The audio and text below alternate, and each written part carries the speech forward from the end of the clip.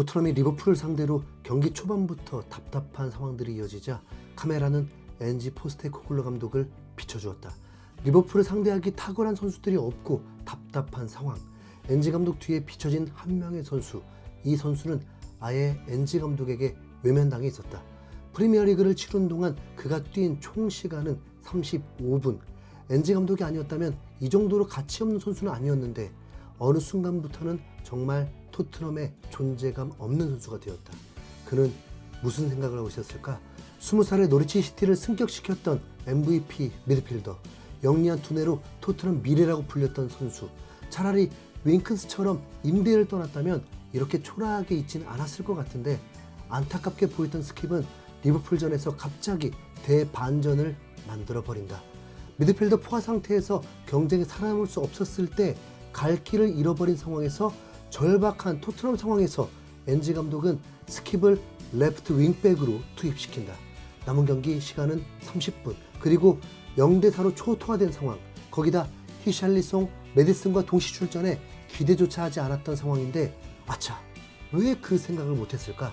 우도기 없이는 토트넘도 끝났다면서 에메르송보다는 차라리 드라구신 카드나 만도벤 카드가 낫지 않겠나 의견이 분분했지만 스킵이 있었던 것이다. 그리고 기대하지도 않았지만 에메르송이 너무 못해서인지 스킵의 수비가 훨씬 안정적이었고 손흥민의 두 번째 골에 영리한 패스의 기점으로 토트넘이 포기하지 않게 도왔던 보이지 않는 영웅이었다. 과연 올리버 스킵은 올 시즌 남은 3경기에서 인생의 반전을 만들 수 있을까? 우리는 그에게 걸어볼 수밖에 없다. 스킵은 나와 내 가족은 평생 스퍼스와 함께 왔다. 내 피 속에는 스퍼스가 있다 라면서 스퍼스 플레이와의 인터뷰를 했었다. 올리버 스킵이야말로 토트넘 핫스퍼의 순수혈통, 토트넘 유스 출신의 토트넘 송골이다. 그 누구보다 토트넘을 사랑하는 이 남자. 올리버 스킵은 2000년생의 유망주, 엄청난 잠재력이 있지만 부상 등의 이유로 기량이 만개하지 못하는 아쉬움이 많이 남는 그런 선수이기도 하다. 스킵은 2005년 5살의 나이에 토트넘 유스팀에 입단한 이후에 횟수로 20년째 토트넘의 유니폼을 입고 있다. 물론 중간에 잠시 임대 기간을 거치긴 했지만 지난 19-20 시즌 20살이 되던 해의 스킵은 모든 대회 11경기에 나서면서 당시 감독이었던 무리뉴의 극찬을 받기도 했다. 스킵은 향후 토트넘의 주장이 될 것이다. 20살의 어린 선수, 출전 기회가 많지 않은 선수, 하지만 선수 보는 눈이 탁월하기로 소문난 무리뉴는 그를 두고 자기 주장이라고 언급하기까지 했다. 부임 직후 잘 나가던 알리를 두고 곧 망할 것이라는 예언이 그대로 적중한 것을 보면 확실히 무리뉴의 통찰력은 범상치 않았다.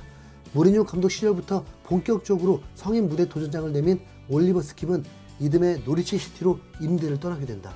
노리치가 2부 챔피언십 소속이라고 하지만 경기 출전을 통해서 실전 감각을 끌어올려야 한다는 판단에 정들었던 팀을 잠시 떠날 수밖에 없었다. 21살의 스킵, 노리치 시티에서 스킵은 팀의 중심이자 주인공이었다. 무려 46경기 중에 45경기 출전하면서 철강왕의 이미지까지 구축했고 팀을 챔피언십 우승으로 이끌면서 자신은 챔피언십 베스트 11에 선정되기도 했다. 스킵의 맹활약 덕에 프리미어리그로 복귀한 노리치 시티. 노리치 시티는 손흥민 팬들이라면 더 익숙한 팀이기도 한데 손흥민이 득점왕을 차지했던 시즌의 마지막 경기, 그 상대팀이 바로 승격팀 노리치 시티였고 이 경기에서 손흥민은 2골을 집어넣으며 살라와 함께 공동 득점왕을 수상하게 되었었다. 챔피언십의 여포, 원소속팀으로 복귀한 스킵의 미래는 탄탄대로일 것만 같았다.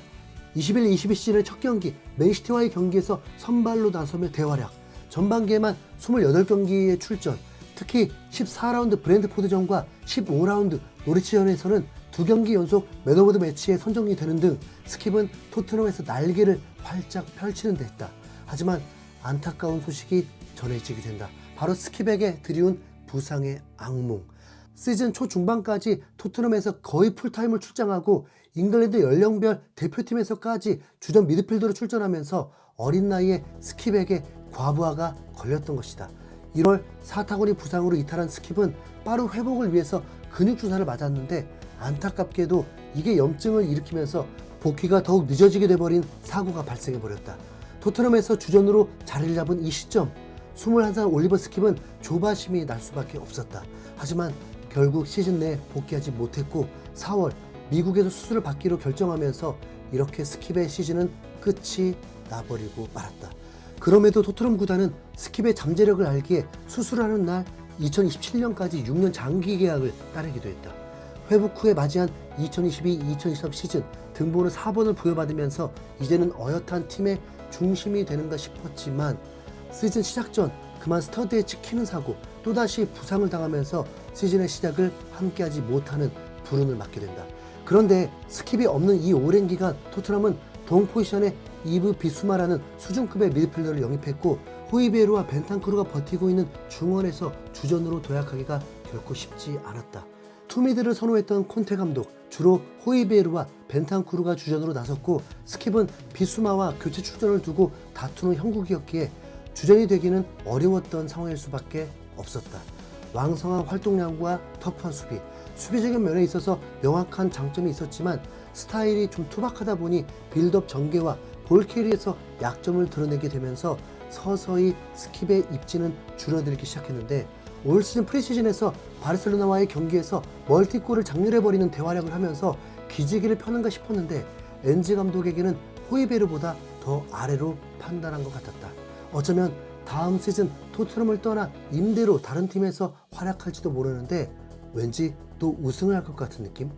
루카 모드리치를 롤모델이라고 했던 스킵은 토트넘에 있을 때 감독과 선수들의 평가도 매우 좋았다.